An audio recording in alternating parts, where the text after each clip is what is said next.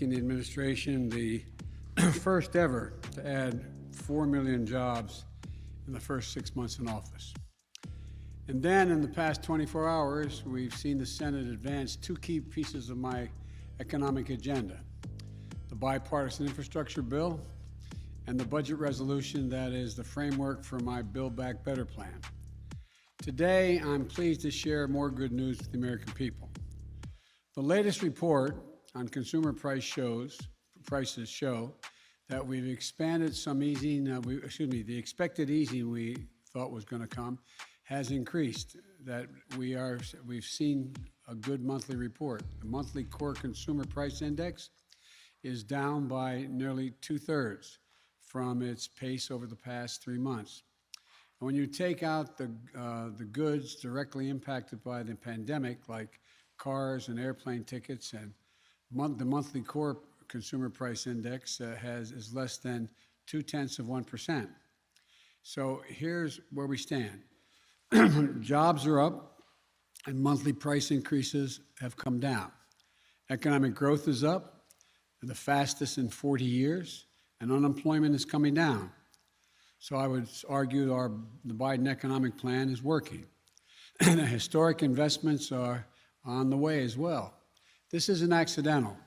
It's a result of our strategy to get shots in arms, grow the economy from the bottom up and the middle out, and it's the rest of the result of the American Rescue Plan and everything else that we've done. And it's a result of the grit and determination and really hard work of the American people. But even with all this progress, a lot of families are still feeling the pinch. Family budgets remain tight, and paychecks don't go as far as they need to. That has been a reality in the millions of households all across America for too long. That's why I want to talk today about what we're going to do to try to ease the burden on families right now and what we need to do to help them succeed over the longer term. First, for millions of families, help is on the way right now thanks to the American Rescue Plan. On Friday, about 40 million families will receive their second monthly payment as part of our tax cut for families with children. $300 for each child under the age of 6, and $250 for every child 6 through the age of 17. That's money for diapers, food, rent, school supplies, fees, and equipment for the child to join sports teams and dance classes. Most of all, as my dad used to say, it just gives a parent a little bit of breathing room. The money is a game changer. And so I would argue for some, it's literally a lifesaver. Economists also tell us that those kinds of tax cuts boost test scores, college attendance, and lifetime earnings for children. A win-win. And that's why I'm glad that early this morning, Congress took an important step to make sure that this tax cut for families with children does not expire next year. So let's keep this tax cut going and not raise taxes on middle-class families. The second point I'd like to make is we're talking about taking action that alleviates global supply chain challenges that keep prices higher than they should be. For example, we're tracking congestion at the ports of Los Angeles and Long Beach, the largest ports in the United States, where increased shipping traffic and the challenges of operating safely in a pandemic are creating disruptions.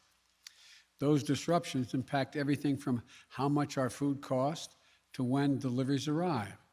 So my administration is bringing together port operators, shipping lines, labor unions, trucking companies, railroads, and others to speed up the port's operations. Right now, our experts believe, the major independent forecasters agree as well, that these bottlenecks and price spikes will reduce as our economy continues to heal. And while today's consumer price report points in that direction, we will keep a careful eye on inflation each month and trust the Fed to take appropriate action if and when it's needed. Third, I've directed my administration to crack down on what some major players are doing in the economy that are keeping prices higher than they need be. Take your grocery bill. When big agricultural operations consolidate, They put a squeeze on small and family farms, making them pay more for seed, paying them less for what they produce, and raising prices on what you pay for your groceries at the grocery store. My executive order opens up competition in the agricultural business, gives more farmers a chance to compete, which will give Americans more food choices at lower cost. Fourthly, we're taking action to address gas prices as well. Today, gas prices are lower than they were early in this decade, but they're still high enough to create a pinch on working families. One key thing about the infrastructure bill that just passed the Senate is there are no gas tax increases. No gas tax increases. I made that absolutely clear that I would not raise gas taxes. I'm glad everyone in the Senate seemed to agree with that. But that's not enough. Recently, we've seen the price that oil companies pay for a barrel of oil begin to fall. But the cost of gasolines at the pump for more American people hasn't fallen. That's not what you'd expect in a competitive market. I want to make sure that nothing stands in the way of oil price declines leading to lower prices for consumers.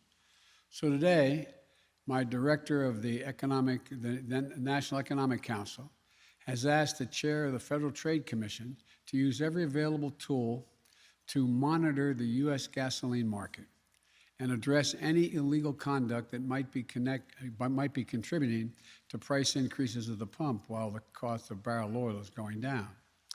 We also made clear to OPEC, the major oil exporting nations of the world, that the production cuts made during the pandemic should be reversed as the cost of gasoline recovers in order to lower prices for consumers. The child tax credit, stepping in to address the supply chain challenges, my competition orders, the FTC investigation and the price gouging, these are some of the immediate steps we're taking to put more money in your pocket and make that money go further. But we also need to do more to bring down the costs that are squeezing families month after month and year after year. We need to make this economy work better for working families in the long run. These challenges are with us long before the pandemic and before I took office. But as we recover from this crisis, now is the moment to put in place the long-term plan to build back America better. A plan that will increase opportunities with better jobs and with higher wages. A plan that will lower the everyday costs that strain our budgets and our nation's families today and long into the future. It starts with making investments that we know will make the economy more productive and lead to more growth over the long run. Bringing down the cost, everyday costs, that have been taking a bigger and bigger bite out of middle-class families' incomes. The expenses that keep parents up at night and rob seniors of their dignity. Health care, prescription drug costs, child care, education, housing, or caring for an elderly relative or a loved one. For those who get their health insurance through the Affordable Care Act, the American Rescue Plan allowed us to cover more people at lower premiums, and lower premiums by average of 40%. In my Build Back Better plan, we want to build on that progress. Or prescription drugs. Right now, we pay the highest prescription drug cost prices of any developed nation in the world, the highest. My Build Back Better plan is going to lower prescription drug costs by finally giving Medicare the power to negotiate the price of the drug they purchase for the American people, saving Americans hundreds of billions of dollars. On top of that, my plan would add hearing, dental, and vision benefits to Medicare. Right now, there are hundreds of thousands of Americans who need home and community-based care services. My plan expands home care for older Americans and people with disabilities, while improving jobs and the pay for the workers who care for them. My plan will also provide access to quality, affordable child care, with new and upgraded child care facilities all across the country. Middle-class families will pay no more than 7% of their income for highly qualified care for children up to the age of 5. The most hard-pressed working families will not pay a dime. Today, my Council of Economic Advisors and the Office of Management and Budget released a report showing clearly how my Build Back Better plan will lower out-of-pocket expenses for families. For example, a family with 2 parents who together earn $85,000 a year. They have an adult daughter who lives with them and attends a community college. They care for an elderly parent who needs arthritis medicine, which costs $5,500 out of pocket each year. An eye exam to get a new pair of glasses.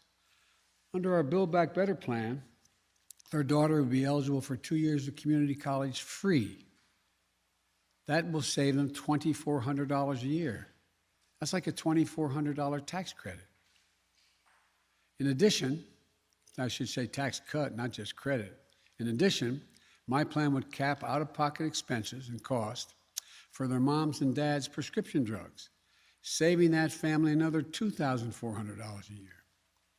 And this new vision benefit under Medicare would pay for that eye exam and new glasses and lenses, saving $450 a year. All told, my plan would save that family making $85,000 a year $5,250. And the Build Back Better plan is going to save your family a lot as well. Now, there's been a lot of misleading talk, which is no surprise, I guess, about what I'm proposing in my Build Back Better agenda. It's not a short-term stimulus. It's a long-term investment in American families. My Republican colleagues have argued that long-term investments in physical infrastructure will grow the economy and reduce inflationary pressures. And I thank them for that. They're exactly right. We agree on that. At the same time, it's true that long-term investments that bring down the biggest costs that families face, housing, childcare, education, and healthcare, these investments will lower out-of-pocket expenses, not raise them. They will spur more people to work by helping ease the burdens of childcare and senior care that parents, especially mothers, bear, keeping them out of the job market. And they'll spread out over the decade. They'll make a huge difference for families, but they'll only make up around 1% of our economy each year over the next decade. And they're going to be fully paid for. This isn't going to be anything like my predecessor, whose unpaid tax cuts and other spending added nearly $8 trillion in his 4 years to the national debt. $8 trillion. They didn't even purport to try to pay for their tax cuts, which went straight to the largest corporations and the wealthiest Americans.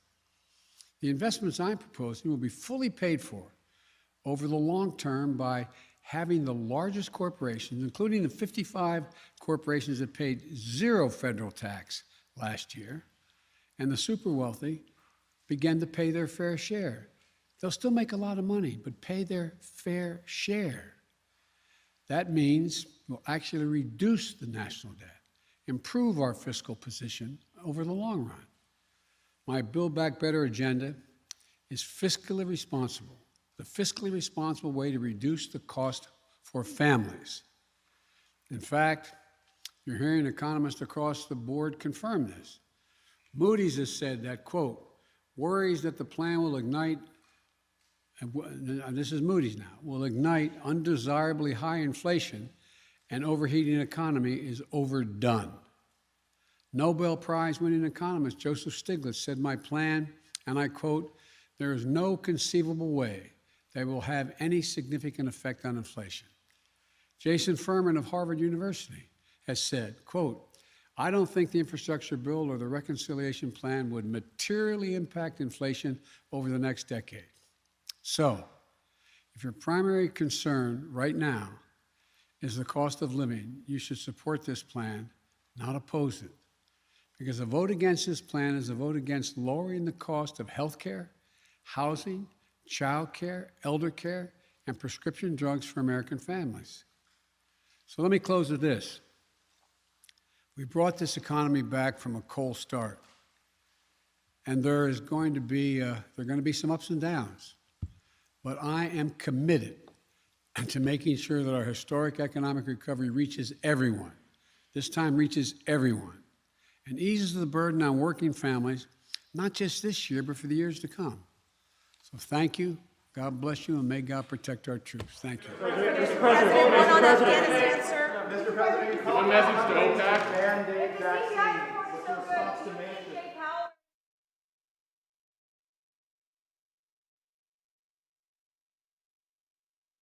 Just a moment.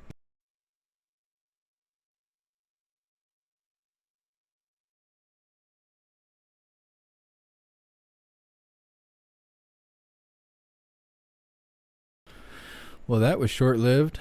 I didn't think it was going to go by that quick. Apparently, he's supposed to speak again at 3 o'clock, which is in an hour here Eastern time, discussing the importance of the Bipartisan Infrastructure Investment and Jobs Act. We might cover that. I'm going to see if there's something a little bit more active going on.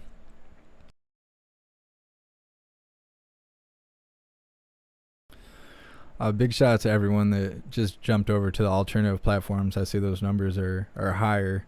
Didn't mean to come down on you guys, but there's so much stuff I can't show on YouTube, and it looks like I'm never live, but we're just live on the alternative platforms. So everybody that just subscribed, Rumble, Twitch, Odyssey, all that stuff, I appreciate all of you guys, and you'll see how much we're actually live.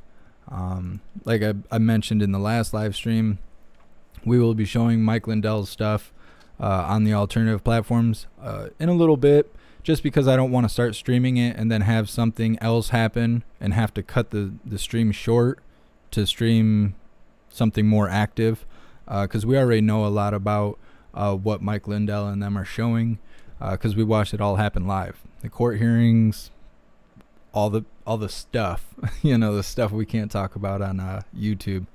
So big shout out to all of you. I appreciate you. Really surprised how short-lived that was. I'm going to look around and see what's going on across the country. Like I mentioned in the last live stream, it's Walkout Wednesday. There's like a website and some banners and flyers and stuff going around encouraging people to walk out of their jobs and schools and all this stuff at noon. Is kind of like a step against the mandates. And it's a demonstration that's supposed to be happening across the country. So I assume that there will be some live streams going on either right now or within the next hour or so, showing people gathering, rallying, marching, stuff like that, civil unrest, action. So I'm going to look for that stuff, see what's going on, try and get some of that on the live. Most of that stuff I should be able to show on all platforms. If it talks about the Fauci ouchie and stuff like that, I will not be able to show it on YouTube. It is against their community guidelines. So that stuff will be streamed on the alternative platforms. Make sure that you guys are a part of the Discord. The Discord is a free app that you can download on your phone. You come to any of my live streams, in the description you will find the link, or if you have my Linktree link, it has the Discord link in there. Follow a few simple steps and you'll be greeted with an automated message letting you know that you've done all you need to do in order to receive notifications for when and where we're going live. There's also great conversation going on 24/7, links being shared, information being shared, lots of like-minded individuals in the Discord 24 hours a day. So definitely join the Discord. If you don't want to be a part of the conversation, that's totally fine. You don't have to, but you will still be able to receive notifications every single time we go live. So definitely consider joining the Discord. Yeah. So we're going to figure out what else is going on, and then we're going to go live with that. Mitchell, Mike Lindell's show is on frankspeech.com. That is his platform. There's no chat box or anything like that. You're just watching it live. So watching it through my channels gives you an option to, chat live in the chat box. And I try and do some commentary here and there, but there's so much information pouring out. A lot of the time, I'm just kind of sitting there. I still participate in the chat as much as possible. It's kind of difficult to participate in 5 chats all at once. For anybody that feels like I'm missing your comments and stuff, make sure you tag my name, like at Jeff Mack or at the Great Jeff Mack. I think it depends on what platform you're on. But if you don't tag my name, a lot of times I'm not going to see it. You're in the ocean of comments. And so, yeah, when you tag my name, it actually lights up orange. So don't feel like I'm ignoring you. I'm not trying to ignore any of you. I'm just very busy. I could probably hire 2 people and still be really busy while I'm live streaming. Unfortunately, I can't afford to do that, so I have to do it all on my own, which is no big deal. But I don't want you to feel like I'm ignoring you, because I am not. Old man Walter Biden is that guy that we just seen on the screen there. That's how we talk. That's how we refer to him, because it makes the most sense. Because how he labels himself is totally incorrect and false. But we're not going to get into that because I don't want my channel deleted. Yeah. So thank you guys so much for being here. Big shout out to everyone that made donations, joined the membership program, or purchased any merch. I really appreciate all of you. Big shout out to everyone watching on Rumble. This is now our 2nd live stream on Rumble. We just hopped on there last night. Yeah, that's what she said. But anyways, yeah, big shout out to all of you. I appreciate all of you. You guys are so awesome. God bless all the hooligans. I will see you guys on the next live stream. There's going to be another live stream. Today is a busy day. There's probably going to be a busy week. And at the end of all the action, we are going to go live with Mike Lindell and all the truth he has to share. He has a team of people. He has all kinds of elected officials there. There's lots of really good stuff going on. Watching it last night, they had a movie that they put together with lots of clips of truth. I did obtain the video, but it's a 22-minute video. I can't put it on YouTube. I can't share it in the Discord because it's too big. So I'm going to have to put it on Rumble and share the link or something so everyone sees it. It is a great, they call it a movie, but it's really just clips of the truth that we watch live. Stuff from the court hearings and all of that, rallies and all of that. And it's being narrated by, I can't think of his name. He's a military technician expert who goes through all the details and stuff, and it's a really great movie. So I'm going to try and upload that. If there's nothing going on, I'll try and upload it on Rumble so at least we can watch that while we're waiting to watch the Mike Lindell stuff. It is triggering. It makes you feel like how you felt back in November when you realized everything that was going on, and then you realized that you couldn't even talk about it. It really stirs you up. It stirs you up. It is interesting to watch, and yeah, definitely feels like a call to action. So yeah, I will see you guys there. I will see you on the next live. Thank you guys so much for being here and being a part of this. I appreciate all of you, and until the next live, stand tall, shine bright, and that's a wrap.